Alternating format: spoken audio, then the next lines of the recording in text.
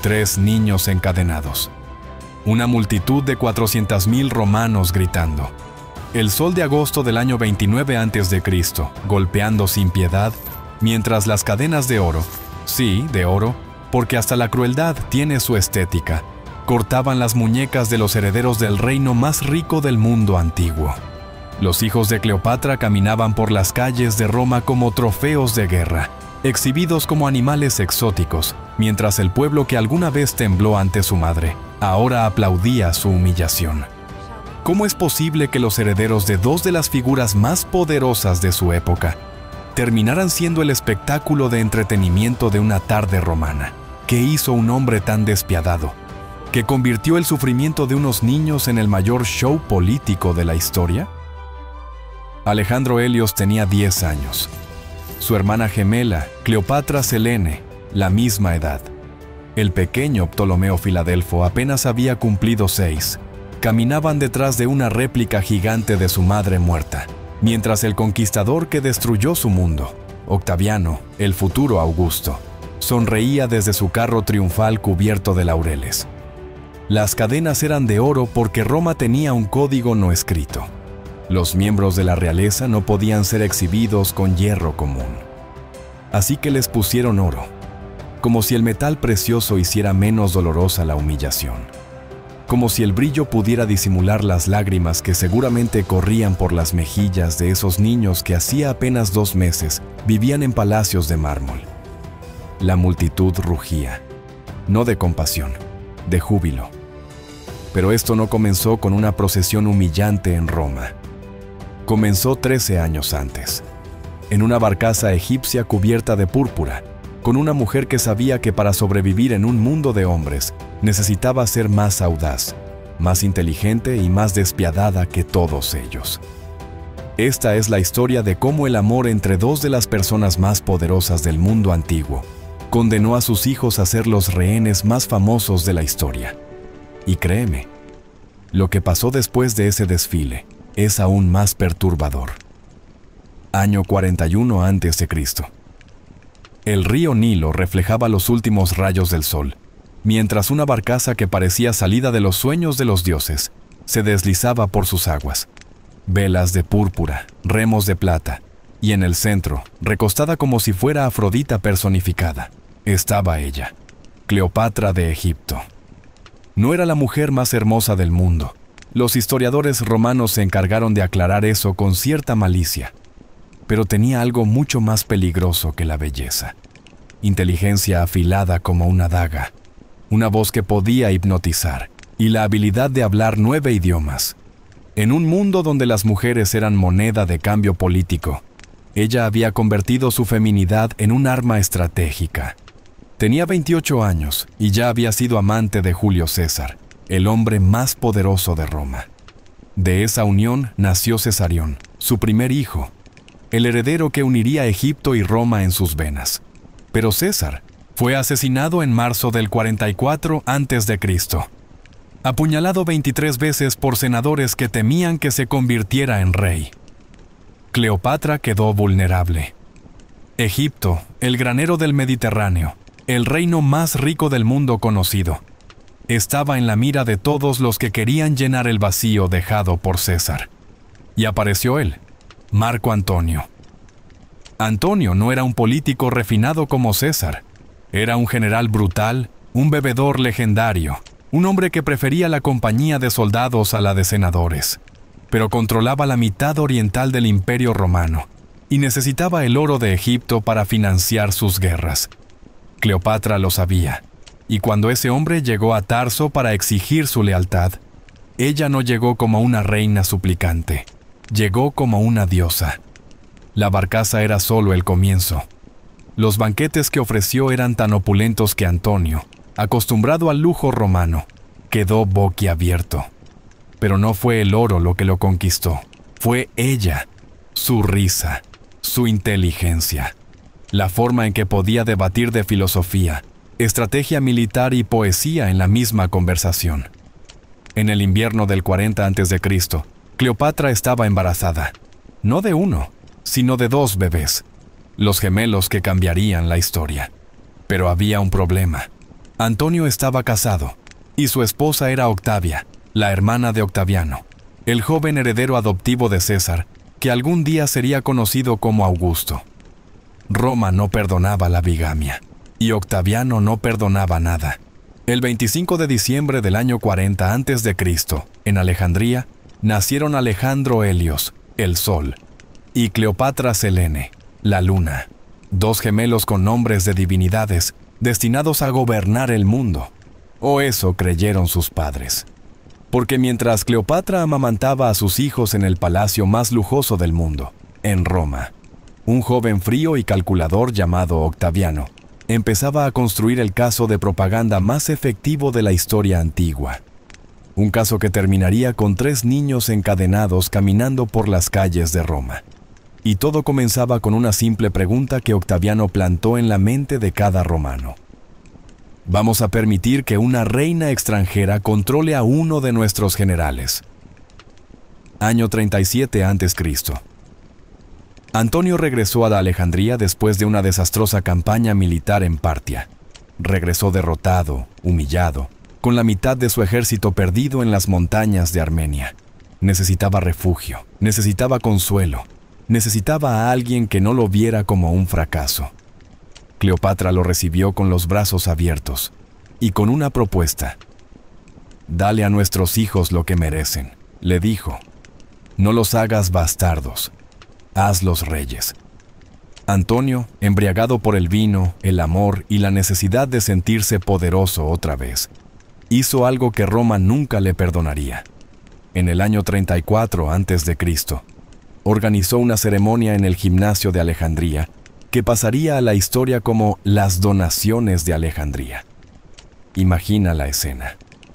Cleopatra sentada en un trono de oro, vestida como la diosa Isis.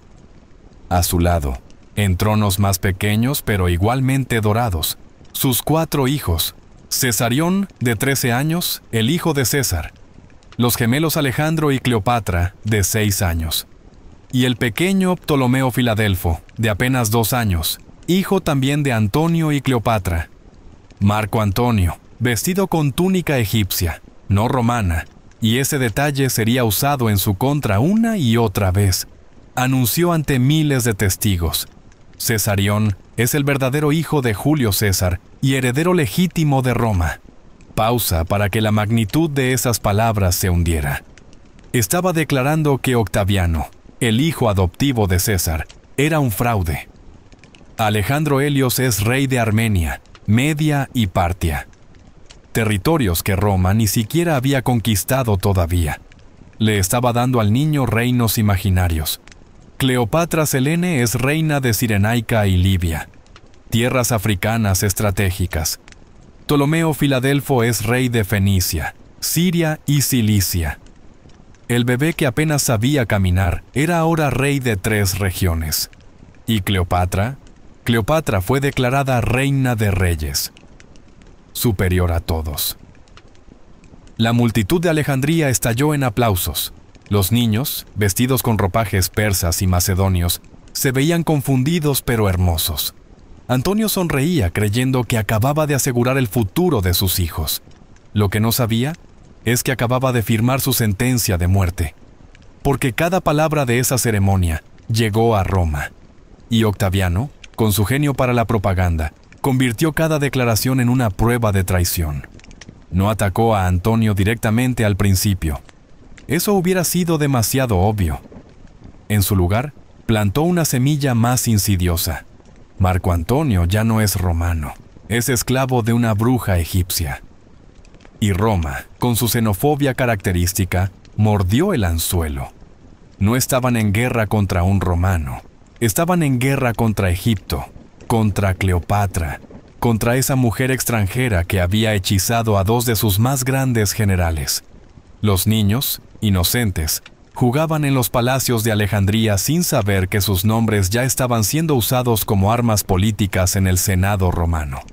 Alejandro Helios corría por los jardines persiguiendo a su hermana. El pequeño Ptolomeo aprendía a hablar. Cleopatra Selene, curiosa y brillante como su madre, hacía 1000 preguntas sobre las estrellas. ¿Cómo iban a saber que en menos de 3 años todo lo que conocían se convertiría en cenizas? En el 32 a.C., Octaviano dio el golpe maestro. Robó el testamento de Antonio del Templo de las Vestales y lo leyó públicamente en el Senado. En él, Antonio pedía ser enterrado en Alejandría, junto a Cleopatra, incluso si moría en Roma. El Senado enloqueció. Prefiere a Egipto sobre Roma. Nos ha traicionado. Octaviano no declaró la guerra a Antonio.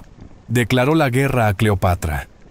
Técnicamente, era un conflicto contra una potencia extranjera, pero todos sabían la verdad. ¿Y los niños? Los niños seguían jugando, ajenos a que su infancia estaba a punto de terminar en el lugar más sangriento del Mediterráneo, las aguas de Actium. 2 de septiembre del año 31 a.C. El Golfo de Actium, en la costa occidental de Grecia, se había convertido en un tablero de ajedrez mortal. 400 barcos de guerra de Antonio y Cleopatra enfrentaban 250 naves de Octaviano. Pero Octaviano tenía algo que valía más que número. Tenía a Marco Vipsanio Agripa, el mejor almirante de su generación. Alejandro y Cleopatra Selene, ahora de 9 años, esperaban en Alejandría. Su madre les había dicho que regresaría victoriosa, que su padre aplastaría al niño César, así llamaba Cleopatra a Octaviano con desprecio, y que todo volvería a ser como antes. Los niños le creyeron. ¿Por qué no habrían de hacerlo? Nunca habían conocido la derrota. La batalla comenzó al amanecer. Los barcos egipcios, grandes y pesados, cubiertos de oro y púrpura, eran impresionantes a la vista. Los barcos de Octaviano eran más pequeños, más rápidos, más maniobrables, y Agripa era un genio de la guerra naval. Durante horas, las naves se destrozaron mutuamente. El fuego griego iluminaba el cielo. Los gritos de hombres cayendo al agua se mezclaban con el sonido de la madera rompiéndose. Antonio luchaba con la desesperación de un hombre que sabía que lo había perdido todo. Y entonces, en medio del caos, algo inexplicable sucedió. Cleopatra ordenó a su escuadrón de 60 naves que rompiera la línea de combate y huyera. Simplemente dio la vuelta y navegó hacia Egipto, dejando a Antonio luchando. Los historiadores han debatido durante 2000 años por qué lo hizo. ¿Cobardía? ¿Estrategia? ¿Una señal mal interpretada? ¿O simplemente el instinto maternal de una mujer que sabía que si moría allí, sus hijos quedarían huérfanos en un mundo que no les tendría piedad? Antonio, al ver las velas púrpuras de Cleopatra alejándose, hizo algo que sus soldados nunca le perdonarían. Abandonó su barco insignia, subió a una nave más rápida y persiguió a Cleopatra. Dejó a su flota atrás, dejó a sus hombres muriendo. Y con ese acto, perdió no solo la batalla, sino su honor. Cuando Cleopatra y Antonio llegaron a Alejandría días después, los niños corrieron a recibirlos. Alejandro Helios gritaba emocionado: ¡Madre! ¡Padre! ¿Ganamos? Cleopatra se arrodilló y abrazó a sus gemelos con fuerza, demasiada fuerza, como si supiera que pronto no podría hacerlo más. Sí, mi sol, mintió. Ganamos. Pero Antonio, destruido, se encerró en una torre que mandó construir en el puerto. Se llamó a sí mismo el Nuevo Timón, en referencia a un misántropo ateniense que odiaba a toda la humanidad. Se negaba a ver a sus hijos, se negaba a ver a nadie. Cleopatra intentó mantener la farsa. Organizó banquetes, celebró el 14º cumpleaños de Cesarión con pompa extrema, dándole la toga adulta como si nada hubiera cambiado. Celebró que Alejandro Helios y Cleopatra Selene habían alcanzado la edad de 10 años. Los niños se ponían sus coronas y sonreían en las ceremonias, pero incluso ellos empezaban a notar algo extraño. Los cortesanos murmuraban. Los guardias se veían nerviosos. Su padre seguía sin aparecer. ¿Por qué nadie les decía la verdad? ¿Por qué su madre sonreía pero sus ojos estaban rojos de llorar? La respuesta llegó en julio del año 30 a.C., cuando los exploradores trajeron noticias que helaron la sangre de todos en palacio. Octaviano había desembarcado en Egipto con 3 legiones, y venía directo hacia Alejandría. Cleopatra reunió a sus 4 hijos en sus aposentos privados. Por primera vez, les habló sin máscaras. «Puede que tengamos que separarnos pronto», les dijo con voz quebrada. «Pero nunca olviden quiénes son. Son los hijos de reyes. Son los herederos del más grande de los imperios. Y nadie puede quitarles eso». Cesarión, ya un joven de 17 años, entendió. «Vamos a perder, ¿verdad?». Cleopatra no respondió. Simplemente lo abrazó. Los gemelos se aferraron a su madre. El pequeño Ptolomeo, de solo 6 años, preguntó con voz temblorosa: «¿Nos van a hacer daño?». Y Cleopatra, la mujer que había engañado a emperadores y seducido a generales, no pudo hacer otra cosa que mentir una última vez. «No, mi amor, nunca dejaré que nadie te haga daño». Era la promesa que no podría cumplir. Julio del año 30 a.C. Las legiones de Octaviano acampaban a las puertas de Alejandría. Antonio, saliendo finalmente de su autoimpuesta reclusión, reunió lo que quedaba de su ejército. 5.000 hombres contra 15.000. Sabía que era una locura, pero también sabía que morir luchando era mejor que suplicar. En el palacio, Cleopatra empezó a tomar decisiones imposibles. Decisiones de madre, no de reina. Cesarión tenía que huir. A sus 17 años, era el blanco más peligroso. Octaviano podía perdonar muchas cosas, pero nunca podría permitir que el hijo biológico de César viviera. Mientras Cesarión respirara, la legitimidad de Octaviano estaría en duda. «Tienes que irte», le dijo Cleopatra a su hijo mayor. «Hacia el sur, hacia Etiopía. Allí estarás a salvo». Cesarión se negó al principio. «No te voy a abandonar». «No me estás abandonando», le respondió ella, con lágrimas corriendo por sus mejillas pintadas. «Me estás obedeciendo. Eres faraón. Tienes que sobrevivir para que Egipto sobreviva». Finalmente, Cesarión aceptó.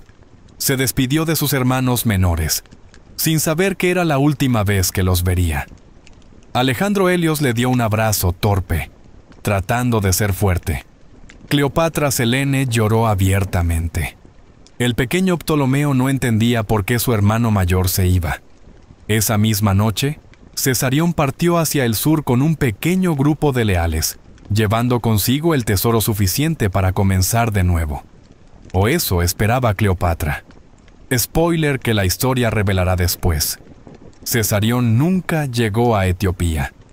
Fue engañado, traicionado, y su vida terminó antes de cumplir 18 años. Pero esa tragedia aún estaba por venir. Con Cesarión fuera del palacio, Cleopatra se enfocó en sus otros 3 hijos. Los gemelos y Ptolomeo fueron trasladados al mausoleo real, el edificio que Cleopatra había estado construyendo para su propia tumba. Allí, rodeados de todo el tesoro de Egipto, estarían seguros. O eso se dijo a sí misma. El 1 de agosto del 30 a.C., Antonio lanzó su último ataque. Salió de Alejandría con su pequeño ejército, con la desesperación de un hombre que ya no tenía nada que perder. Lo que no sabía era que sus soldados habían sido contactados por Octaviano. Les habían prometido perdón y paga doble si desertaban. Cuando Antonio dio la orden de atacar, sus hombres simplemente bajaron las armas, uno por uno. Primero la caballería, luego la infantería. Al final, Antonio se quedó prácticamente solo, mirando cómo su ejército se pasaba al enemigo sin siquiera luchar. Regresó al palacio destrozado. Un sirviente, confundido o mal informado, le dijo: «La reina ha muerto. Se quitó la vida». Antonio no cuestionó, no verificó. Simplemente se dirigió a sus habitaciones, desenvainó su espada y se la clavó en el estómago. Pero la herida no fue mortal. Las espadas romanas están diseñadas para apuñalar enemigos, no a uno mismo. Antonio cayó, sangrando, gritando de dolor, pero no muriendo. No todavía. Entonces llegó otro mensajero. «La reina vive. Está en el mausoleo». Cleopatra, al enterarse de lo que Antonio había hecho, ordenó que lo llevaran ante ella. Varios hombres cargaron a Antonio moribundo y lo izaron por una ventana del mausoleo. Cleopatra había sellado las puertas por seguridad y se negaba a abrirlas. Los gemelos y Ptolomeo observaban horrorizados desde una esquina. Veían a su padre agonizando, con la túnica empapada en sangre, llorando no de dolor, sino de vergüenza. Antonio murió en los brazos de Cleopatra. Sus últimas palabras fueron súplicas, que se entregara a Octaviano, que protegiera a los niños, que no resistiera más. Alejandro Helios, con solo 10 años, vio morir a su padre. Su hermana gemela se tapó los ojos. El pequeño Ptolomeo preguntó: ¿por qué papá no se mueve? Cleopatra no respondió. Se quedó meciendo el cuerpo sin vida de Antonio, murmurando algo que los niños no pudieron entender. 2 días después, Octaviano entró en Alejandría como conquistador. No hubo batalla, no hubo resistencia. Simplemente entró. Y lo primero que hizo fue enviar un mensajero al mausoleo, donde Cleopatra y sus hijos se escondían. El mensaje era simple: entréguense y los niños vivirán. ¿Era una promesa o una mentira? Cleopatra sabía que Octaviano era muchas cosas, pero nunca había sido misericordioso. Tenía que tomar la decisión más difícil de su vida, y lo que eligió cambiaría el destino de sus hijos para siempre. 10 de agosto del 30, antes de Cristo. 3 días después de la entrada de Octaviano en Alejandría, el mausoleo se había convertido en una prisión dorada. Cleopatra sabía que no podía escapar, pero tampoco podía soportar la idea de ser paseada en cadenas por Roma como trofeo de guerra. Había visto lo que los romanos hacían con los reyes derrotados. Había oído las historias de Vercingetorix, el líder galo que fue exhibido en el triunfo de César y luego ejecutado públicamente. Sabía que el destino que le esperaba era la humillación seguida de la muerte. Pero sus hijos eran otra historia. Octaviano había enviado varios mensajeros, todos con el mismo mensaje: entréguese pacíficamente y sus hijos serán tratados con honor. Cleopatra pidió hablar con Octaviano personalmente. Él aceptó, pero no fue él quien vino. Envió a Gayo Cornelio Galo, uno de sus comandantes, con órdenes muy claras: manténgala con vida. La necesito viva para mi triunfo. La conversación entre Cleopatra y Galo fue brutal en su honestidad. ¿Mis hijos vivirán?, preguntó Cleopatra. «Vivirán», respondió Galo. «¿Bajo qué condiciones?» «Serán criados en Roma, como corresponde a los hijos de nobles». Cleopatra entendió. Serían rehenes, garantías vivientes de que Egipto nunca se rebelaría contra Roma, pero estarían vivos. Eso era más de lo que ella podría garantizar si seguía resistiendo. ¿Y yo? Galo no respondió. No necesitaba hacerlo. Esa noche, Cleopatra reunió a sus 3 hijos. Los gemelos, Alejandro y Cleopatra Selene, ahora con 10 años, eran lo suficientemente grandes para entender la gravedad de la situación. Ptolomeo, a sus 6 años, solo sabía que algo terrible estaba pasando. «Van a irse a un viaje», les dijo Cleopatra, con voz temblorosa pero controlada. «Van a ir a Roma». «¿Tú vienes con nosotros?», preguntó Cleopatra Selene con lágrimas en los ojos. Cleopatra no pudo responder inmediatamente. Abrazó a su hija con tanta fuerza que la niña jadeó. Luego abrazó a Alejandro, que intentaba ser valiente pero temblaba. Finalmente levantó a Ptolomeo en brazos y lo cubrió de besos. «Siempre los voy a amar», les dijo. «Siempre. No importa dónde estén, no importa cuánto tiempo pase. Son mi sol, mi luna y mi amor. Nunca lo olviden». Los niños no entendían que era una despedida. Pensaban que era un «hasta luego». ¿Cómo iban a saber que esas serían las últimas palabras que escucharían de su madre? Al día siguiente, 12 de agosto del 30 a.C., Cleopatra pidió permiso para visitar la tumba de Marco Antonio y llevarle ofrendas. Octaviano, creyendo que la tenía controlada, aceptó. Cleopatra fue al mausoleo donde yacía Antonio. Vertió vino sobre su cuerpo y le habló como si pudiera escucharla. «Me voy contigo».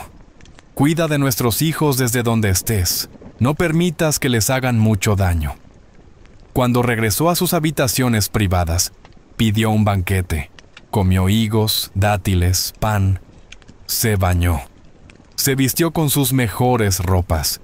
Se puso sus joyas de faraona. Y entonces llegó un campesino con una canasta de higos. Los guardias revisaron la canasta superficialmente. Vieron fruta.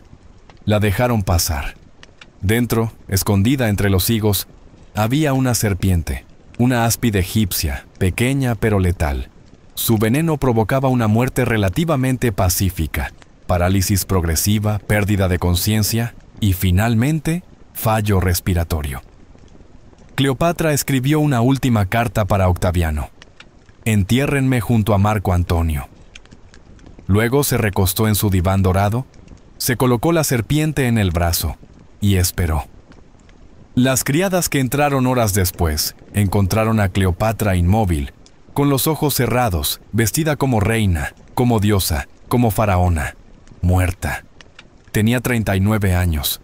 Octaviano llegó furioso al escuchar la noticia. «¡La necesitaba viva! ¡La necesitaba para el triunfo!», gritó a sus guardias. Pero luego, el político calculador que era, se impuso sobre la rabia. «Está bien», dijo finalmente.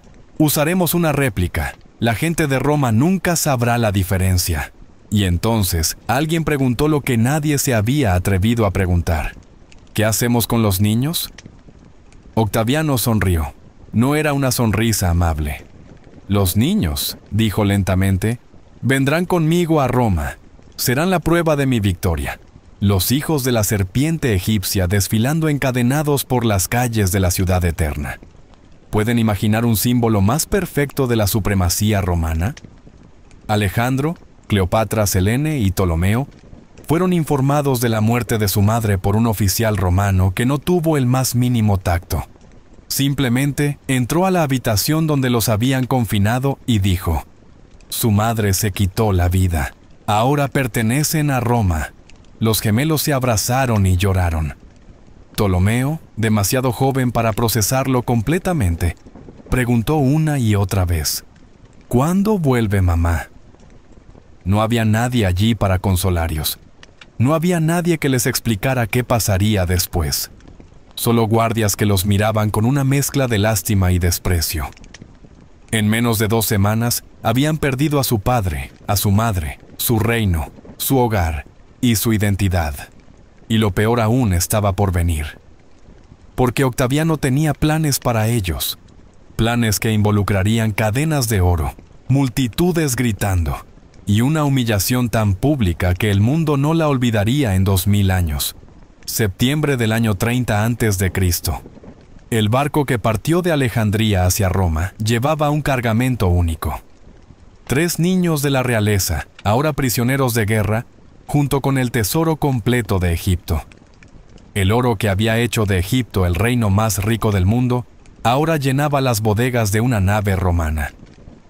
Alejandro Helios, Cleopatra Selene y Ptolomeo Filadelfo fueron separados de todo lo que conocían. Sus sirvientes, sus nodrizas, sus maestros, todos fueron reemplazados por guardias romanos que los trataban con una frialdad que los niños nunca habían experimentado. Durante toda su vida, habían sido tratados como divinidades. Ahora eran equipaje. El viaje por mar duró semanas. Los niños fueron confinados a un camarote pequeño, nada comparable a los palacios donde habían crecido.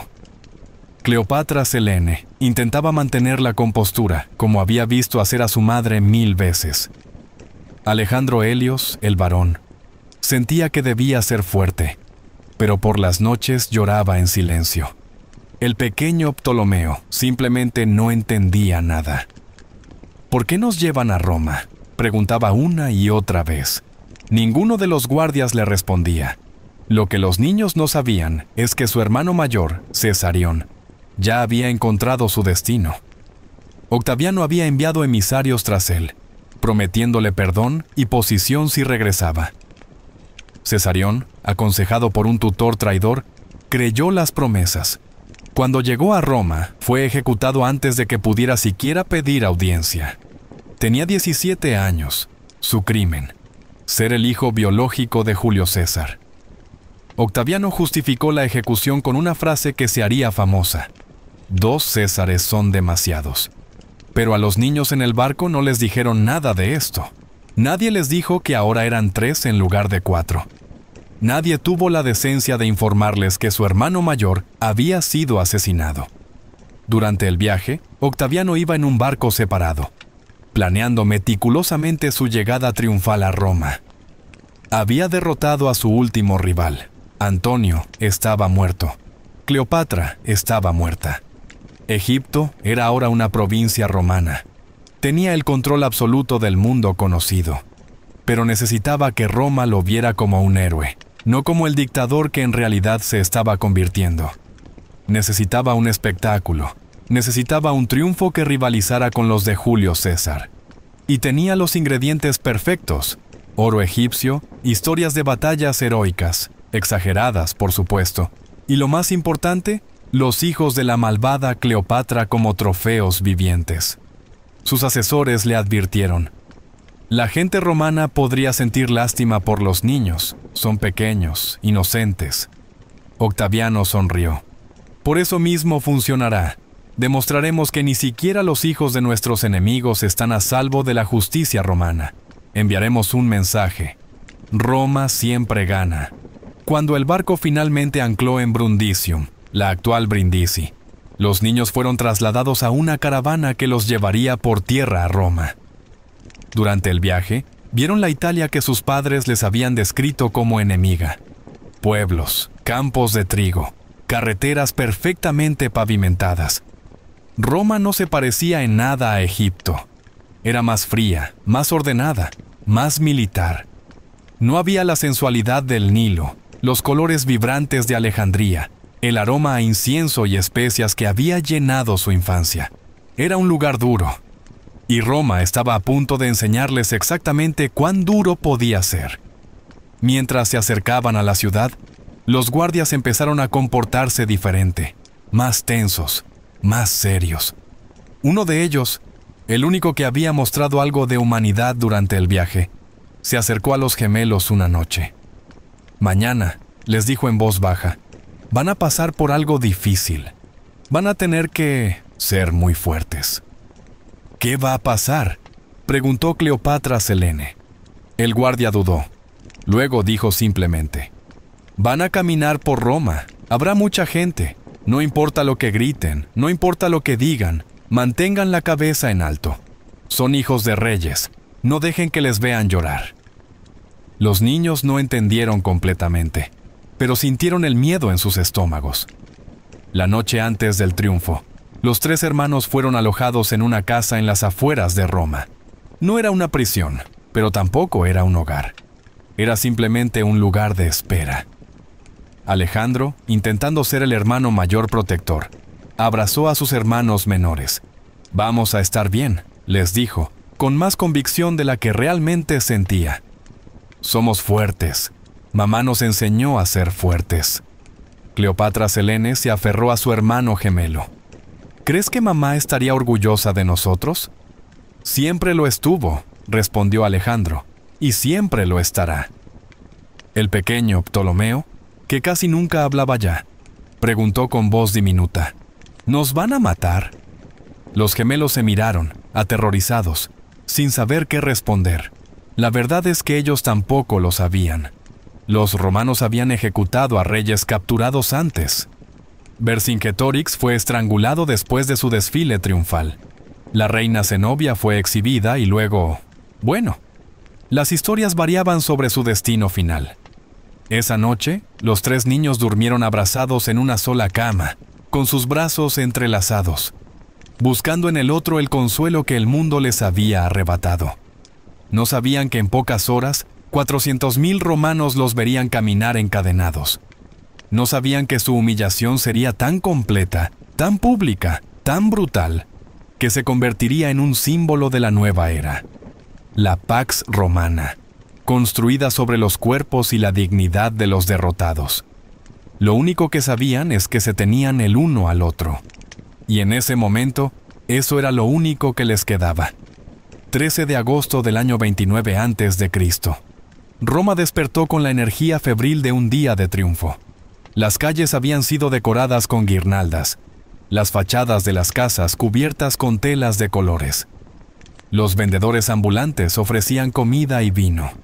Los niños romanos corrían emocionados, sabiendo que presenciarían un espectáculo que recordarían toda su vida.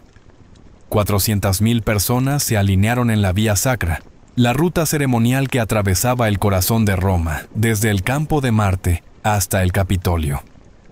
Algunos habían acampado desde la noche anterior para conseguir los mejores lugares. ¿Por qué tanta emoción? Porque hacía años que Roma no celebraba un triunfo de esta magnitud.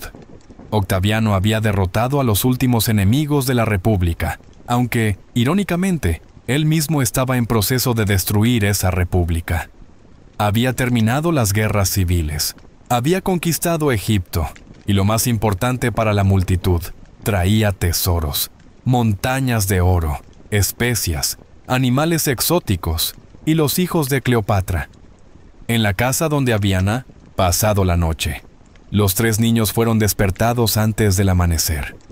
Entraron varios oficiales romanos junto con esclavos que traían ropa. No era ropa egipcia. No eran las túnicas de lino fino que habían usado toda su vida. Era ropa persa, deliberadamente exótica, diseñada para que los niños parecieran lo más extranjeros posible ante los ojos romanos. Alejandro Helios fue vestido con pantalones bombachos y una túnica adornada con símbolos solares. Cleopatra Selene recibió un vestido con motivos lunares. El pequeño Ptolomeo fue envuelto en ropajes que lo hacían parecer un muñeco más que un niño. Y entonces trajeron las cadenas. Eran de oro, sí, pero seguían siendo cadenas. ¿Por qué?, preguntó Cleopatra Selene, con lágrimas corriendo por sus mejillas. ¿Por qué nos encadenan? No hemos hecho nada malo. El oficial romano que supervisaba la preparación la miró con algo que podría haber sido lástima, pero luego endureció su expresión. Son prisioneros de guerra. Así es como se exhibe a los prisioneros. ¡Somos niños!, gritó Alejandro Helios, con toda la indignación que su joven corazón podía reunir. Son los hijos de los enemigos de Roma, respondió el oficial con frialdad. Eso es lo que importa. Las cadenas no eran pesadas. Ese no era el punto. El punto era el símbolo. El punto era la humillación visible. Fueron llevados al inicio de la procesión. El desfile triunfal de Octaviano era una máquina de propaganda cuidadosamente coreografiada. Primero venían los senadores y magistrados. Luego, carros llenos de tesoros saqueados. Estatuas egipcias, vasos de oro, pilas de monedas. Después, animales exóticos, leones, cocodrilos, incluso una jirafa que hizo que la multitud jadeara. Luego venían las representaciones artísticas de las batallas. Pinturas gigantes de Actium, mostrando a los barcos de Antonio hundirse. Exageraciones artísticas, por supuesto. Y después de eso, una réplica de tamaño natural de Cleopatra, tallada en madera y pintada con detalles grotescos, con la serpiente enrollada en su brazo. Y detrás de esa réplica de su madre muerta, caminaban los niños. Cuando las puertas se abrieron y la procesión comenzó, el rugido de la multitud fue ensordecedor. 400.000 gargantas gritando, aplaudiendo, celebrando. Alejandro dio el primer paso, intentando mantener la cabeza en alto como el guardia amable les había aconsejado. Cleopatra Selene lo seguía, aferrándose a su mano con tanta fuerza que sus nudillos estaban blancos. Ptolomeo caminaba detrás, tan pequeño que las cadenas casi arrastraban por el suelo. La multitud los vio y el sonido cambió. No era solo celebración, era algo más oscuro. Era burla. Miren a los cachorros de la serpiente, los bastardos de la puta egipcia. Deberían haberlos ahogado con su madre. Las palabras llovían sobre ellos como piedras. Cleopatra Selene empezó a temblar. Alejandro apretó los dientes tan fuerte que le dolían. Ptolomeo simplemente miró al suelo, incapaz de procesar el odio que emanaba de miles de desconocidos. La procesión avanzaba lentamente, diseñada para maximizar la exposición. Caminaron por la vía sacra durante horas. El sol de agosto golpeaba sin piedad. El oro de las cadenas se calentaba tanto que quemaba la piel donde hacía contacto.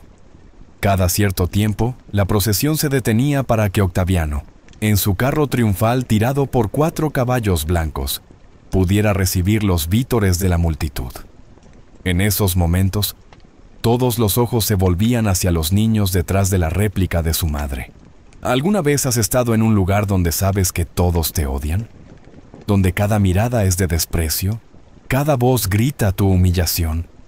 Imagina eso, pero multiplicado por 400,000, y ahora imagina que tienes 10 años. Hubo un momento, cuando pasaban frente al foro romano, en que Cleopatra Selene tropezó. Las cadenas la hicieron perder el equilibrio y cayó de rodillas. La multitud estalló en carcajadas. Alejandro inmediatamente se arrodilló para ayudarla a levantarse, pero un guardia lo empujó bruscamente. «Mantengan la formación», ordenó.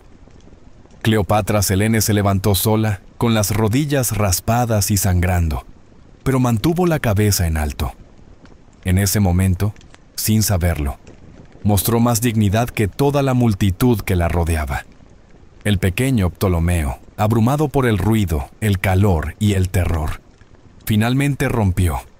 Empezó a llorar. No eran sollozos silenciosos. Eran los lloros desesperados de un niño de 6 años que quería a su mamá.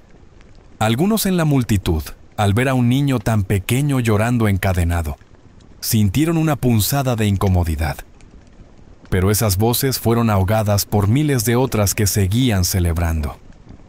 Finalmente, después de lo que parecieron años pero fueron solo horas, la procesión llegó al templo de Júpiter Capitolino, donde tradicionalmente terminaban los triunfos. Octaviano subió las escaleras para hacer las ofrendas rituales a los dioses. Los niños fueron detenidos al pie de las escaleras. Desde allí, podían ver toda Roma extendiéndose ante ellos. La ciudad que había destruido su mundo. La ciudad que ahora era su prisión. Octaviano, en lo alto del templo, levantó los brazos para recibir el aplauso final de la multitud. En ese momento, por un segundo, sus ojos encontraron los de Alejandro Helios. ¿Hubo remordimiento en esa mirada? ¿Triunfo? ¿Indiferencia? Alejandro nunca lo sabría. Pero lo que sí sabía, en ese momento, con absoluta certeza, era que el hombre que había destruido a su familia no sentía ni una pizca de culpa. Y entonces terminó. La procesión se disolvió. Los niños fueron llevados apresuradamente por guardias a un carruaje cerrado que los transportaría a... ¿Dónde? Todavía no lo sabían. En el carruaje, finalmente solos excepto por un par de guardias silenciosos, los 3 hermanos colapsaron. Alejandro abrazó a sus hermanos menores y por primera vez en días se permitió llorar. «Lo siento», murmuraba una y otra vez. «Lo siento mucho». «¿Por qué te disculpas?», preguntó Cleopatra Selene entre sollozos. «No pude protegerlos», respondió Alejandro. «Se suponía que debía protegerlos». «No es tu culpa», le dijo su hermana gemela. «Nada de esto es nuestra culpa». Tenía razón, por supuesto, pero eso no hacía que doliera menos. Lo que ninguno de los niños sabía todavía era que ese día horrible no era el final de su historia. Era apenas el comienzo de algo mucho más complicado, más extraño, y en algunos sentidos, más cruel que cualquier cadena de oro. Porque Octaviano, el hombre que los había humillado públicamente, ahora tenía un problema. ¿Qué hacer con 3 niños reales que ya no podía usar para propaganda? La respuesta a esa pregunta determinaría si sobrevivirían o si seguirían el camino de su hermano Cesarión hacia una tumba temprana. El carruaje se detuvo frente a una villa elegante, en el Monte Palatino, la zona más exclusiva de Roma. Los niños, todavía encadenados y con los ojos rojos de llorar, fueron bajados y conducidos hacia el interior. No era una prisión, al menos no en el sentido tradicional. Tenía jardines, atrios con fuentes, mosaicos hermosos en los suelos. Pero las puertas tenían guardias, y las ventanas que daban a la calle estaban demasiado altas para alcanzarlas. Y entonces apareció ella, Octavia. Octavia Minor, hermana de Octaviano, ex esposa de Marco Antonio, la mujer que Antonio había abandonado públicamente por Cleopatra. Si alguien tenía razones para odiar a los hijos de Cleopatra, era ella.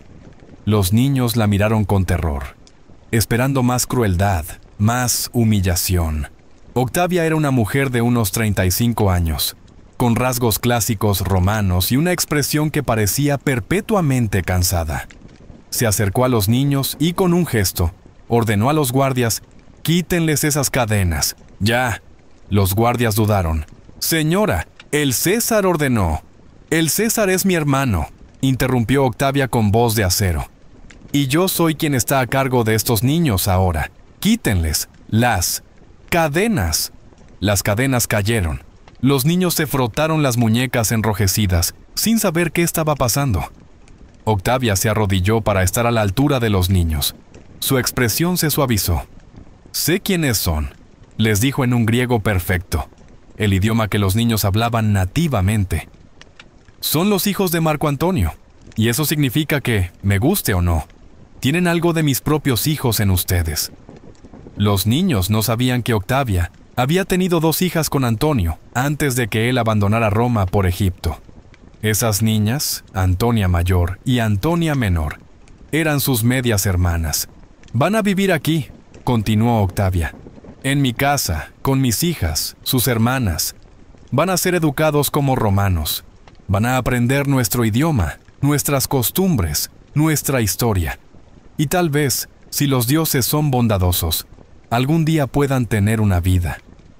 Era la primera vez desde la muerte de sus padres que alguien les hablaba con algo parecido a la bondad. Cleopatra Selene, agotada emocionalmente, simplemente se derrumbó y abrazó a Octavia, llorando. Octavia, sorprendida por el gesto, dudó un momento antes de devolver el abrazo. No era afecto maternal exactamente, era algo más complicado, de ver mezclado con lástima, mezclado con una comprensión profunda de lo que significaba ser una pieza en los juegos de poder de hombres ambiciosos. Los siguientes meses fueron extraños. Los niños fueron integrados lentamente a la casa de Octavia. Compartían tutores con Antonia Mayor y Antonia Menor, niñas apenas mayores que ellos que los miraban con curiosidad y confusión. Después de todo, estos eran los hijos de la mujer que había robado a su padre. Pero los niños se llevaban mejor entre ellos de lo que nadie esperaba. Quizás porque todos compartían la herida de haber perdido a Antonio. Quizás porque los niños, a diferencia de los adultos, podían ver más allá de la política. Alejandro Helios luchaba por adaptarse. Pasaba horas mirando por las ventanas hacia la ciudad que había celebrado su humillación. Sus tutores notaron que era brillante pero distante, como si una parte de él siguiera en Egipto, negándose a aceptar su nueva realidad. Cleopatra Selene, por otro lado, mostró una adaptabilidad que sorprendió a todos. Era inteligente como su madre, pero también pragmática.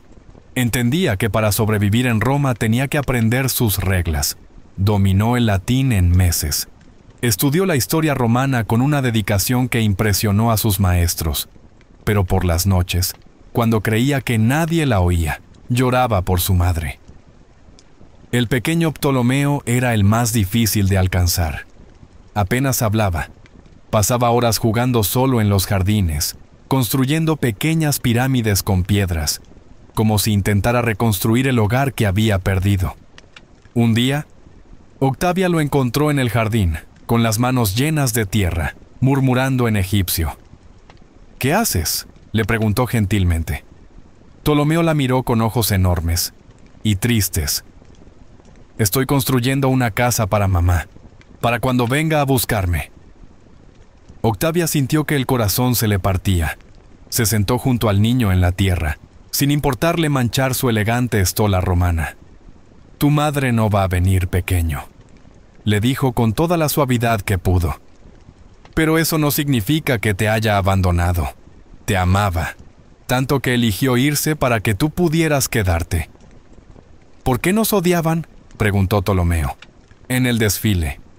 ¿Por qué nos gritaban cosas malas?». Octavia no tenía una buena respuesta para eso.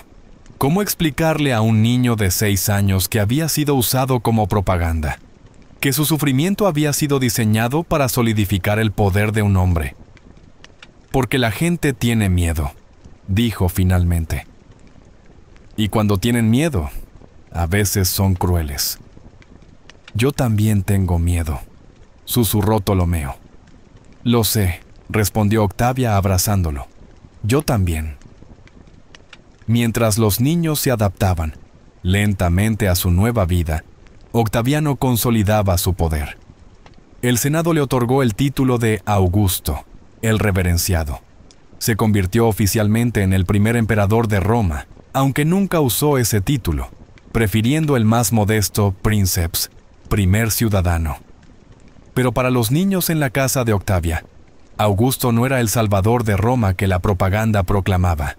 Era el hombre que había destruido su mundo, y él no los había olvidado. Aproximadamente un año después del triunfo, Augusto visitó la casa de su hermana. Los niños fueron presentados ante él, ahora vestidos como romanos, hablando latín, habiendo sido transformados exteriormente en ciudadanos del imperio. Augusto los examinó con ojos fríos y calculadores. Han progresado, observó. Son niños inteligentes, respondió Octavia con cuidado. Son los hijos de mis enemigos, corrigió Augusto. Pero pueden ser útiles. Alejandro Helios, ahora con 11 años y habiendo ganado algo de confianza, se atrevió a hablar. ¿Útiles para qué? Augusto lo miró con algo que podría haber sido respeto o irritación.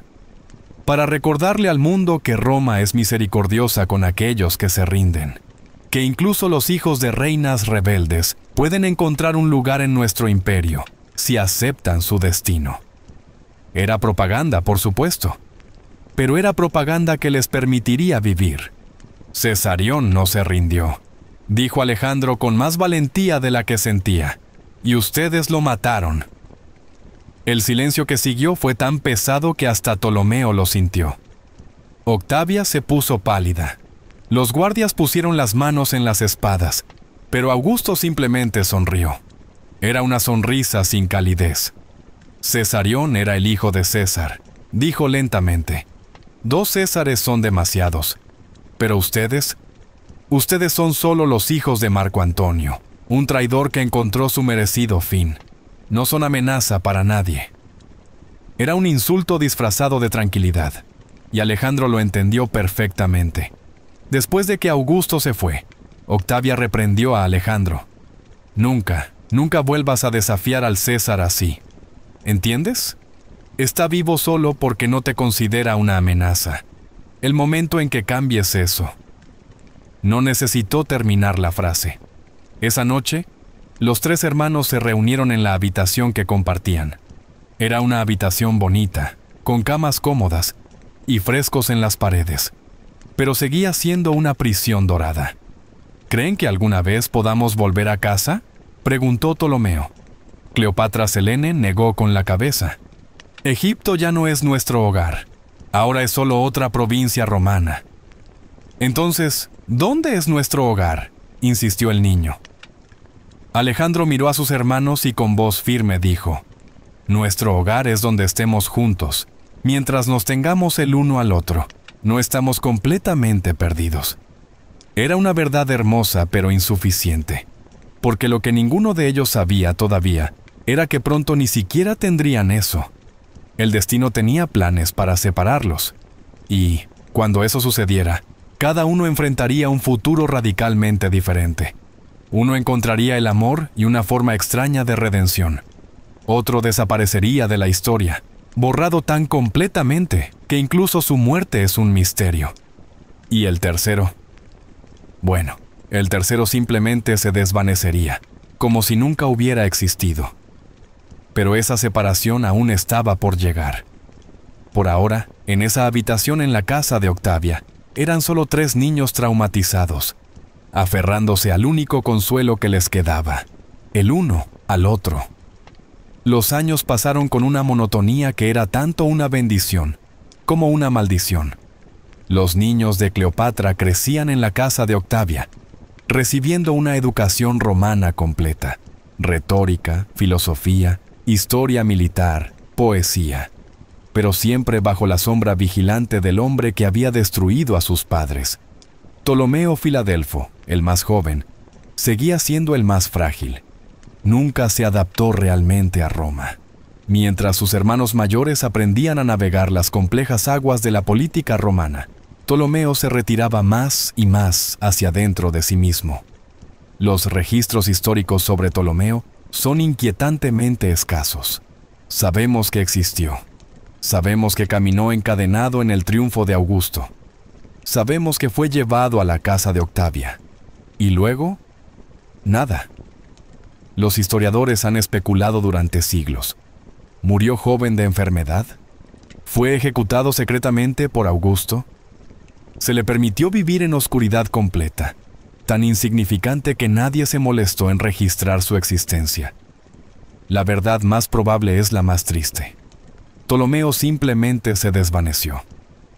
No era una amenaza política, no era útil como propaganda, no valía la pena ni matarlo ni recordarlo. Algunos historiadores creen que murió alrededor del año 25 a.C., cuando habría tenido apenas 11 años. Otros sugieren que sobrevivió hasta la adolescencia, pero vivió una vida tan anónima que no dejó huella en el registro histórico. Imagina eso, ser tan completamente borrado de la historia que ni siquiera tu muerte merece una mención. Ptolomeo Filadelfo, quien debería haber sido rey de Fenicia, Siria y Cilicia, quien debería haber gobernado imperios, quien era descendiente directo de los ptolemaicos y Marco Antonio, simplemente desapareció. En la casa de Octavia, Alejandro y Cleopatra Selene notaron la ausencia de su hermano menor, pero no hablaban de ello. Hablar de pérdida en esa casa era peligroso. Las paredes tenían oídos y Augusto tenía espías en todas partes. Pero Cleopatra Selene llevaba un pequeño amuleto egipcio escondido bajo su ropa romana. Era un regalo que Ptolomeo le había dado años atrás, cuando todavía vivían en Alejandría. Un pequeño ojo de Horus tallado en lapislázuli. Lo tocaba cuando extrañaba a su hermano perdido, cuando extrañaba a su madre, cuando extrañaba quién se suponía que debía ser. Alejandro Helios, mientras tanto, luchaba con su propia identidad. Era el varón mayor, sobreviviente de la familia. En teoría, él era el heredero de los reinos que Antonio había declarado suyos en las donaciones de Alejandría. Pero esos reinos ahora eran provincias romanas, y él era un rehén sin poder, viviendo de la caridad forzada de la hermana del hombre que había matado a sus padres. Los tutores romanos notaban su inquietud. Era brillante, particularmente en estrategia militar y geografía. Hablaba con fluidez griego, latín, y todavía recordaba algo de egipcio. Tenía todos los atributos de un príncipe, excepto un reino. Cuando Alejandro tenía 14 años, Augusto lo mandó llamar a su presencia. Era una convocatoria privada, sin Octavia presente, lo cual era inusual y preocupante. «Alejandro Helios», dijo Augusto, usando su nombre completo por primera vez en años. «Has crecido». «Sí, César», respondió Alejandro, manteniendo los ojos bajos. Había aprendido que mirar directamente a Augusto se interpretaba como desafío. «Tu padre me nombró heredero de Armenia», continuó Augusto. «Pero Armenia necesita un gobernante romano. ¿Sabes por qué te cuento esto?» Alejandro sintió una chispa de esperanza. ¿Era posible? ¿Le darían un reino después de todo? No, César. Te lo cuento porque quiero que entiendas que algunos títulos son reales y otros son fantasías. Tu padre te llamó rey de Armenia, pero nunca tuviste Armenia. Nunca la tendrás. Los títulos sin poder son solo palabras vacías. La esperanza murió tan rápido como había nacido. ¿Por qué me dice esto?, preguntó Alejandro, con voz cuidadosamente neutral. «Porque tu hermana está en edad de casarse», respondió Augusto. «Y yo, en mi misericordia, he encontrado un marido apropiado para ella. Un rey cliente, leal a Roma. Vivirá en África, lejos de aquí, lejos de ti». Alejandro sintió como si le hubieran golpeado el estómago. ¿Van a separarnos? Ya no son niños, dijo Augusto con indiferencia. Y ella es más útil como aliada política que como carga. Fue la palabra carga la que más dolió, porque eso es lo que eran para Augusto, cargas. Problemas heredados que había que gestionar. ¿Y yo?, preguntó Alejandro. ¿Qué pasará conmigo? Augusto lo miró con esos ojos fríos que parecían calcular constantemente. Tú seguirás en Roma, bajo supervisión. Tu hermana tiene valor como esposa real. Tú solo tienes valor como recordatorio vivo de lo que Roma hace con sus enemigos derrotados. Y así, con una conversación brutal de menos de 5 minutos, Augusto destrozó lo último que les quedaba a los hijos de Cleopatra, el uno al otro. Cuando Alejandro regresó a la casa de Octavia, encontró a Cleopatra Selene esperándolo. Ella ya sabía. Octavia le había dado la noticia. Los gemelos, que habían compartido un vientre, que habían crecido juntos en palacios egipcios, que habían sobrevivido juntos a la humillación pública más grande de la historia, que habían perdido juntos a todos los que amaban, ahora iban a ser separados. ¿Quién es?, preguntó Alejandro. ¿Quién es este rey con el que te casarás? Juba II de Mauritania, respondió Cleopatra Selene. Su voz era extrañamente tranquila, como si estuviera hablando de otra persona. Hijo del rey Juba I de Numidia, también fue exhibido en un triunfo romano cuando era niño. También fue criado aquí. También es un trofeo domesticado. Alejandro entendió la amargura en su voz. Su hermana estaba siendo casada con otro rehén real, otro niño cuya vida había sido destrozada por Roma. Al menos, dijo Cleopatra Selene después de un momento, al menos será alguien que entiende, alguien que sabe lo que es ser nosotros. Era un consuelo triste, pero era algo. ¿Cuándo?, preguntó Alejandro. En 3 meses.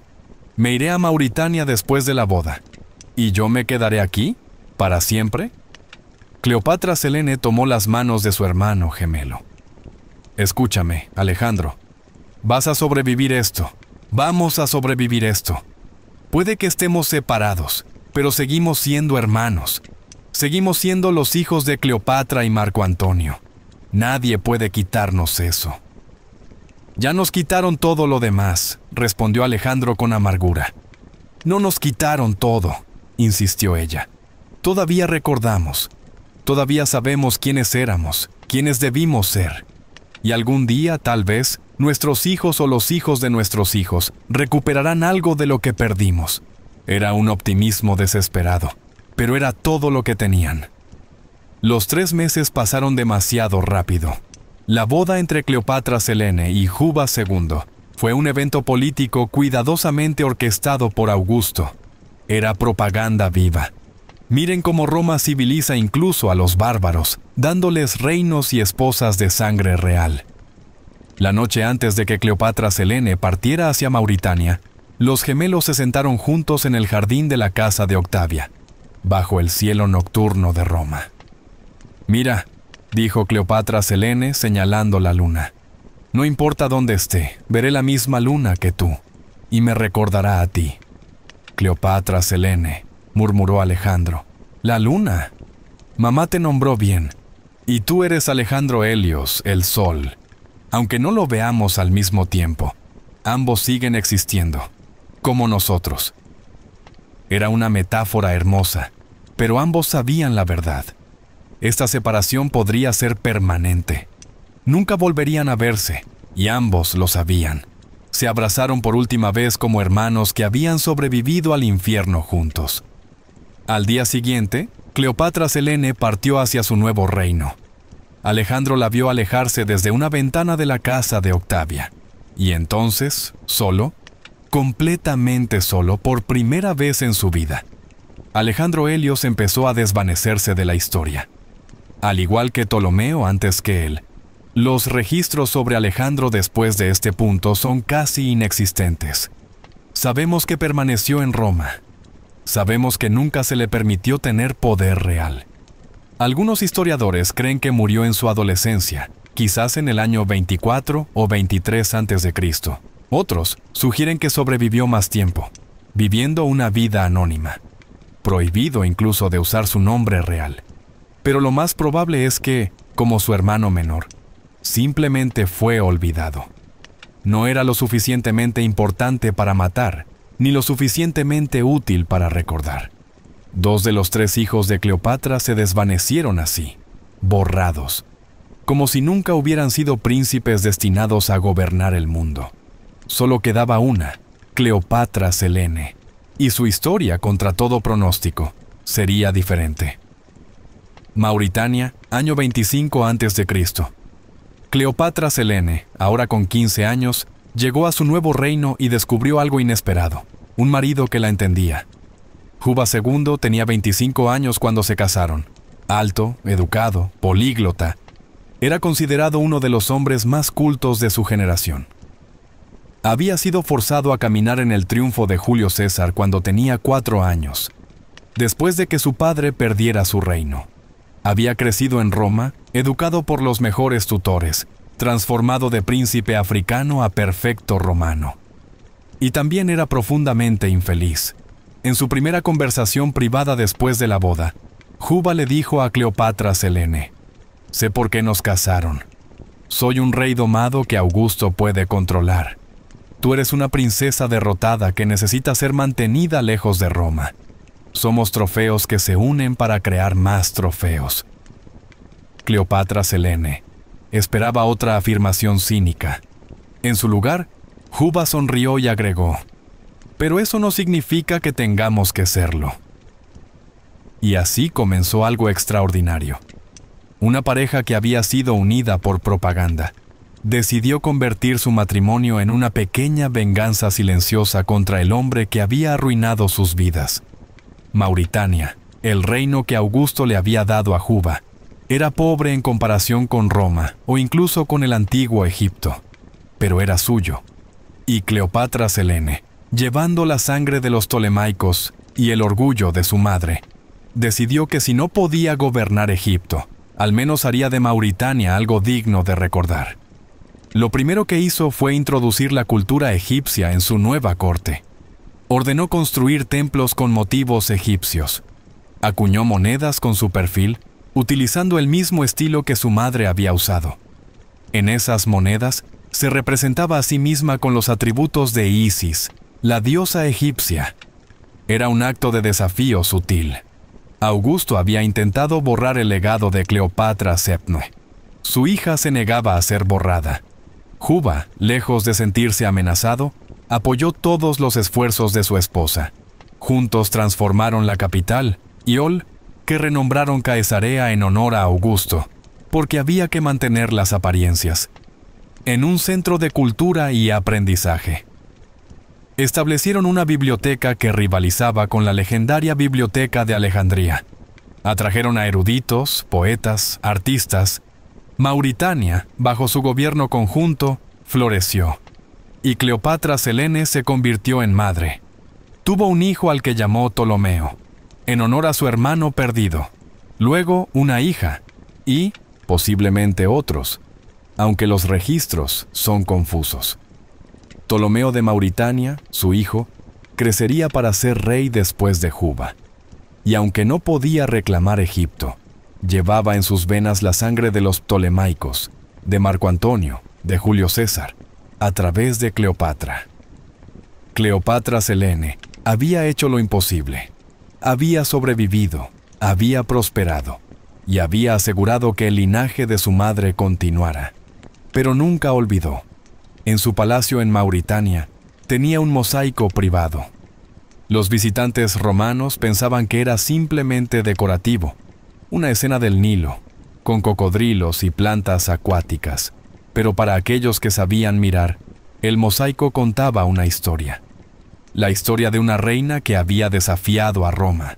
La historia de un amor que había condenado a reinos. La historia de 3 niños caminando encadenados por Roma. Era su forma de asegurarse de que nunca olvidaría de dónde venía. Los años pasaron. Cleopatra Selene gobernó sabiamente, manteniendo a Mauritania leal a Roma, porque no tenía otra opción, mientras preservaba secretamente la memoria de su verdadera herencia. Ocasionalmente, llegaban noticias de Roma. Augusto consolidaba su poder. Octavia, que había mostrado tanta bondad relativa hacia los niños, envejecía tranquilamente. La casa Julio Claudia dominaba el mundo. Pero nunca llegaban noticias de Alejandro Helios. Cleopatra Selene enviaba mensajeros a Roma preguntando por su hermano gemelo, pero las respuestas eran vagas o inexistentes. El príncipe está bien, decían, o el príncipe prefiere la privacidad. Y finalmente, silencio. En el año 23 a.C., aproximadamente, dejaron de llegar incluso esas respuestas vagas. Cleopatra Selene entendió lo que eso significaba. Una noche, salió sola al balcón de su palacio y miró hacia el norte, hacia Roma. Las lágrimas corrieron por sus mejillas mientras murmuraba: Alejandro Helios, mi sol gemelo, espero que finalmente hayas encontrado paz. No hubo funeral, no hubo anuncio. Su hermano simplemente había cesado de existir en los registros oficiales. Cleopatra Selene vivió hasta aproximadamente el año 6 o 5 a.C. Las fechas exactas son inciertas. Gobernó durante casi 30 años junto a Juba. Fue recordada como una reina sabia, culta y respetada. Cuando finalmente murió, fue enterrada en el Mausoleo Real de Mauritania, un edificio que todavía existe hoy. Es una estructura impresionante, construida al estilo de los mausoleos helenísticos, mezclando arquitectura griega, egipcia y númida. Su tumba fue su última declaración. Soy la hija de Cleopatra, la heredera de los Ptolemaicos, y ninguna humillación romana puede cambiar eso. Su hijo, Ptolomeo de Mauritania, heredó el reino. Pero la tragedia tolemaica no había terminado. En el año 40 d.C., décadas después de la muerte de Cleopatra Selene, su hijo fue ejecutado por el emperador Calígula, por razones que varían según qué historiador leas: celos por sus ropas demasiado elegantes, paranoia política o simplemente capricho imperial. Con su muerte, la línea directa de los Ptolemaicos terminó. Los descendientes de Cleopatra Sepno y Marco Antonio fueron finalmente borrados completamente, o casi, porque resulta que Cleopatra Selene había tenido más de un hijo, y a través de matrimonios estratégicos, algo de su sangre se dispersó por las casas reales del Mediterráneo. Es teóricamente posible que miles, quizás millones de personas hoy en día lleven en sus venas una gota minúscula de la sangre de Cleopatra, pero de forma real, concentrada, dinástica, terminó. La familia que había gobernado Egipto durante 300 años, que había desafiado a Roma hasta el final, que había producido a una de las mujeres más fascinantes de la historia, terminó con un niño llorando encadenado en Roma, un adolescente desaparecido sin registro, y una reina olvidada en un reino secundario de África. Y así es como Roma ganó, no solo conquistando, sino borrando. Durante 2000 años, la historia de los hijos de Cleopatra fue contada casi exclusivamente desde la perspectiva romana, y en esa narrativa eran simplemente notas al pie, víctimas colaterales en la lucha épica entre Octaviano y Marco Antonio. Pero esa no es toda la historia. Los historiadores modernos, al examinar monedas, inscripciones y registros arqueológicos, han comenzado a reconstruir una imagen diferente. Una imagen de 3 niños que fueron usados como propaganda, pero que, en sus propias formas limitadas, se resistieron. El mero hecho de que Cleopatra Selene acuñara monedas con su propio perfil y los símbolos de Isis era un acto político. En el mundo romano, donde las mujeres raramente aparecían en monedas excepto como esposas de emperadores, esto era una declaración. Los templos de estilo egipcio que construyó en Mauritania eran desafíos arquitectónicos. Augusto había intentado presentar a Egipto como un enemigo derrotado. Cleopatra Selene lo presentaba como una civilización digna de emulación.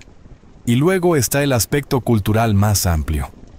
La fascinación de Roma con Egipto, que explotó después de la conquista de Augusto, fue en parte una victoria póstuma para Cleopatra Sepne. Roma había conquistado Egipto militarmente, pero culturalmente, Egipto conquistó a Roma. Los romanos ricos comenzaron a decorar sus casas con motivos egipcios. Las religiones mistéricas egipcias, especialmente el culto a Isis, ganaron enormes números de seguidores en Roma. La moda, el arte, incluso la comida, fueron influenciados por Egipto. Augusto pudo haber humillado a los hijos de Cleopatra, pero no pudo detener la seducción cultural de Egipto sobre Roma. Y luego está la literatura. La historia de Cleopatra y Marco Antonio se convirtió en una de las grandes historias de amor trágico de todos los tiempos. Shakespeare escribió una obra sobre ellos. Incontables poetas, novelistas y cineastas han retold la historia. En todas esas retellings, Cleopatra no es la villana que la propaganda de Augusto intentó pintarla. Es compleja, fascinante, poderosa. Es una figura trágica, sí, pero también heroica a su manera. Y sus hijos, cuando son mencionados, lo cual no es frecuente suficiente, son vistos por lo que realmente fueron: víctimas inocentes de juegos políticos brutales. El desfile del triunfo de Augusto, que debía ser el momento culminante de su gloria, ahora es recordado como uno de los actos más crueles de la historia antigua. El hombre que ordenó encadenar niños para su espectáculo político no es visto como un héroe civilizador, sino como un propagandista despiadado. En ese sentido, Cleopatra ganó. Su legado sobrevivió al de Augusto en los corazones de las personas. Pero hay una pregunta más profunda e inquietante.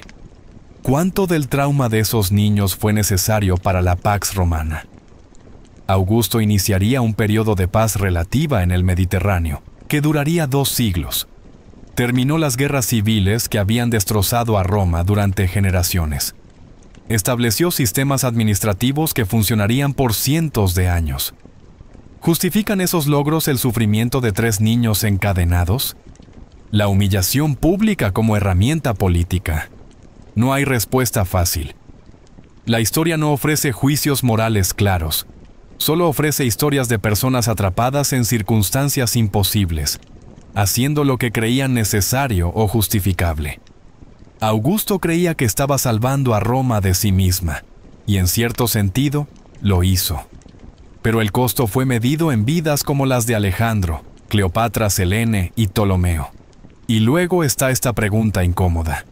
¿Cuántos niños hoy en día son usados como propaganda por regímenes modernos? ¿Cuántos Alejandros y Cleopatras son exhibidos en televisión, en redes sociales, en desfiles políticos, como símbolos de victorias que no tienen nada que ver con ellos? La historia de los hijos de Cleopatra no es solo historia antigua. Es un patrón que se repite. Niños atrapados en conflictos de adultos, usados como símbolos, despojados de su humanidad para servir narrativas más grandes. Lo único que ha cambiado es que ahora las cadenas son digitales, no de oro. Cuando visitamos museos y vemos monedas antiguas con el perfil de Cleopatra Selene, o leemos las escasas líneas sobre Alejandro Helios en los libros de historia, no estamos viendo solo artefactos.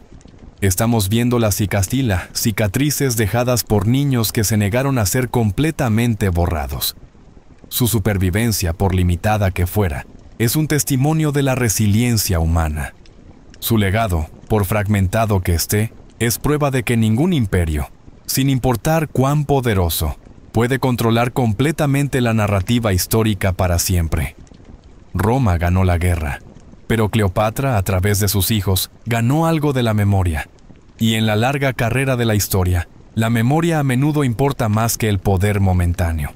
Ahora, después de recorrer toda esta historia, podemos, finalmente, entender lo que realmente sucedió en ese día de agosto del año 29 a.C., cuando 3 niños caminaron encadenados por Roma. No fue un triunfo, fue una ejecución pública de la dignidad humana. Augusto necesitaba que Roma viera a Cleopatra no como la reina brillante e inteligente que era, sino como una seductora extranjera que había hechizado a pobres romanos.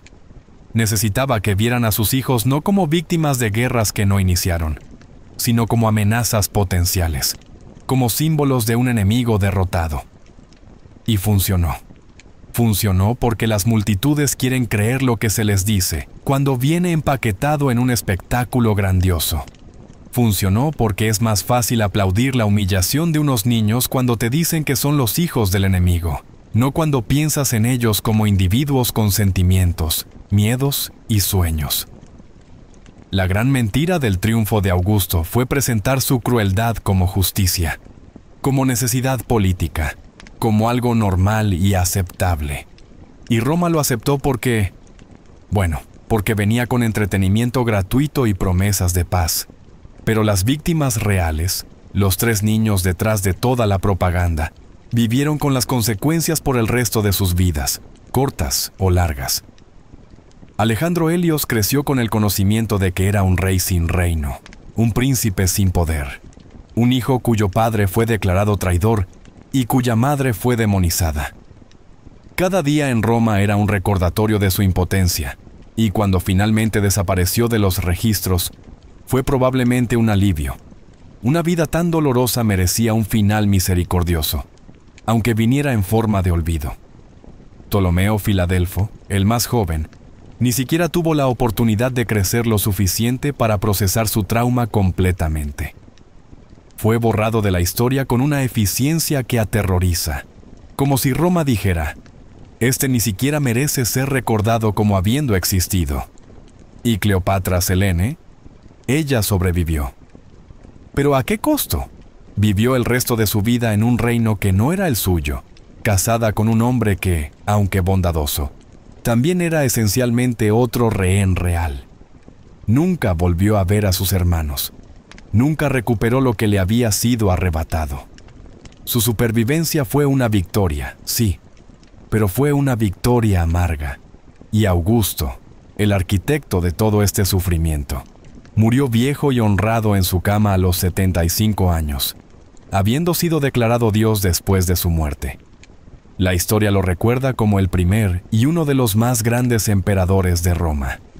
Rara vez se menciona que su ascenso al poder absoluto involucró la tortura psicológica sistemática de niños. Esto nos lleva a una reflexión incómoda sobre cómo se escribe la historia. Los ganadores no solo ganan en el campo de batalla, ganan en los libros de historia, en las narrativas culturales, en la memoria colectiva. Durante siglos, la historia de Cleopatra fue contada exclusivamente por escritores romanos que tenían todo el incentivo para pintarla de la peor manera posible. Fue descrita como lujuriosa, manipuladora, decadente. Sus hijos fueron reducidos a notas al pie sin importancia. Solo recientemente, con la ayuda de arqueología, egiptología y una reevaluación crítica de las fuentes antiguas, hemos comenzado a recuperar una imagen más completa. Y esa imagen muestra que Cleopatra era brillante, políglota, estratégica, que sus hijos no fueron amenazas sino víctimas, que el triunfo de Augusto no fue una celebración de justicia, sino un acto calculado de propaganda brutal. La verdad detrás del espectáculo es esta: 3 niños fueron usados como accesorios en la construcción del imperio más poderoso del mundo antiguo. Su sufrimiento fue el cemento que ayudó a mantener unidas las piedras de la Pax Romana. Y cuando miramos hacia atrás desde nuestra perspectiva moderna, podemos preguntarnos: ¿era necesario? ¿Tenía que ser así? La respuesta honesta es probablemente no. Augusto podría haber exiliado a los niños discretamente. Podría haberlos criado en completa oscuridad. No tenía que exhibirlos encadenados ante 400,000 personas. Pero lo hizo porque el espectáculo público era el punto. El trauma era el punto. El mensaje a todo el mundo conocido era: esto es lo que Roma hace con aquellos que se le oponen. Ni siquiera sus hijos están a salvo. Era terrorismo psicológico, pero con togas y laureles. Y la multitud aplaudió. Esa es quizás la lección más perturbadora de esta historia. No solo que los poderosos son capaces de crueldad calculada, sino que las multitudes, están dispuestas a aplaudir esa crueldad cuando se les presenta como entretenimiento o justicia. Los 400,000 romanos que se alinearon en las calles ese día no eran monstruos, eran personas comunes, familias con niños, comerciantes, trabajadores, personas que probablemente amaban a sus propios hijos. Pero cuando vieron a 3 niños encadenados pasando ante ellos, no vieron niños, vieron símbolos, vieron propaganda, vieron lo que Augusto quería que vieran y aplaudieron. Esa es la verdadera historia detrás del espectáculo. No es solo una historia sobre lo que sucedió hace 2000 años. Es una historia sobre cómo la humanidad puede ser condicionada a aceptar e incluso celebrar el sufrimiento de inocentes cuando ese sufrimiento viene empaquetado con la narrativa correcta. Hoy, 2000 años después de ese agosto brutal del 29 a.C., puedes visitar el mausoleo real de Mauritania en lo que ahora es Argelia. Es una estructura impresionante, todavía en pie, desafiando el tiempo de la misma manera que Cleopatra Selene desafió su destino. Dentro de ese mausoleo, entre las ruinas y el polvo de 2 milenios, yace la hija de Cleopatra, la niña que caminó encadenada por Roma, la mujer que se negó a ser borrada. No hay turistas masivos, no hay placas históricas elaboradas. Es un monumento olvidado en un país moderno, un recordatorio de que incluso las historias épicas eventualmente se desvanecen en 1900. Silencio. Pero el silencio no significa que la historia no importa.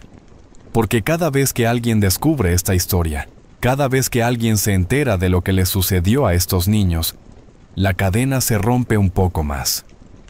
La narrativa que Augusto intentó crear, de un emperador benevolente que salvó a Roma, es desafiada por la realidad de lo que realmente sucedió. Él ganó el poder, pero no pudo controlar la memoria para siempre. Los hijos de Cleopatra fueron humillados, sí, fueron usados, traumatizados, algunos fueron borrados, pero su historia sobrevivió, y en ese sentido, obtuvieron una victoria que Augusto nunca pudo quitarles. La memoria no puede ser encadenada, puede ser suprimida, distorsionada, ignorada. Pero mientras alguien recuerde, mientras alguien cuente la historia, los perdedores de la historia tienen voz. ¿Qué podemos aprender de todo esto? Primero, que la propaganda es poderosa pero no es eterna. Lo que una generación acepta como verdad, otra puede cuestionar.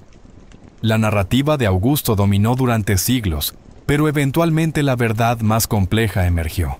Segundo, que los niños nunca deberían ser usados como armas políticas. Esta lección, aunque parece obvia, se sigue violando en todo el mundo moderno. Cada vez que vemos a niños usados en propaganda política, cada vez que vemos a familias separadas por conflictos que no iniciaron, estamos viendo el legado de Roma repitiéndose. Tercero, que la resiliencia humana es real, pero tiene un costo. Cleopatra Selene sobrevivió y prosperó en cierta medida, pero nunca pudo ser quien estaba destinada a ser. Esa es una pérdida que no puede ser cuantificada. Y finalmente, que la forma en que recordamos importa. Podemos elegir recordar solo a los Augustos del mundo, los ganadores que escribieron los libros de historia. O podemos hacer el esfuerzo de recordar también a los Alejandros, los Ptolomeos, las Cleopatras Selenes, las personas que fueron aplastadas por las ruedas de la historia pero que merecen ser recordadas como seres humanos completos, no solo como notas al pie.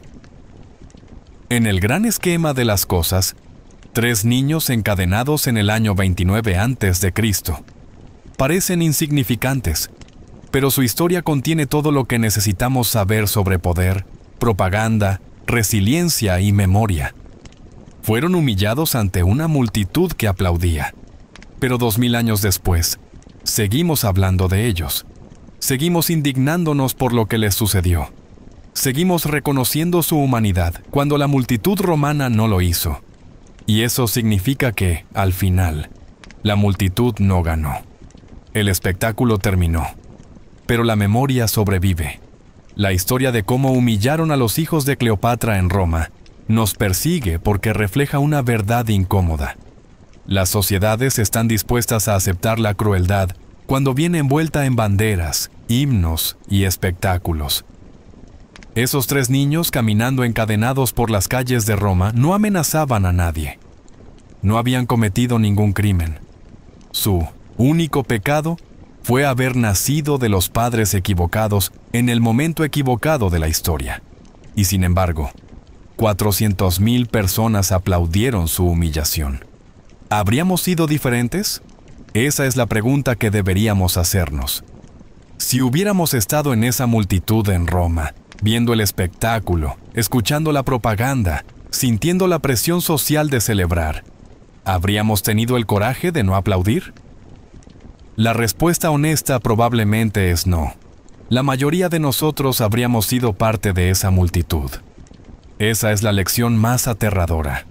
Pero conocer esta historia nos da una herramienta: la conciencia.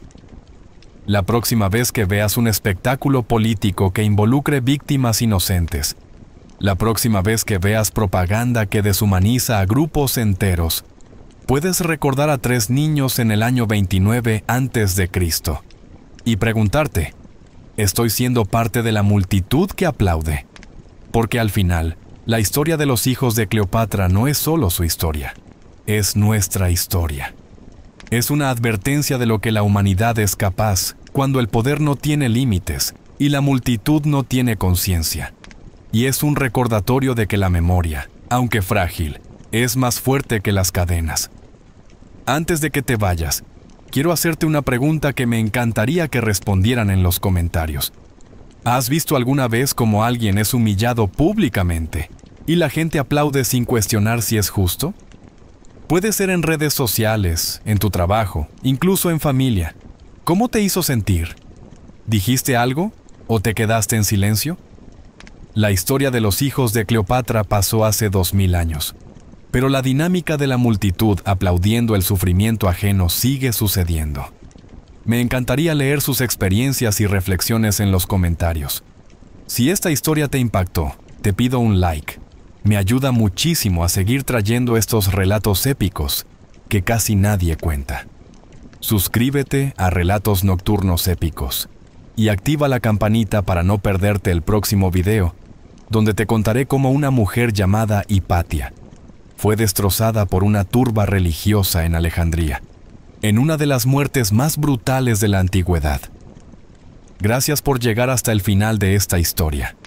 Nos vemos en el próximo relato nocturno. Cuídense.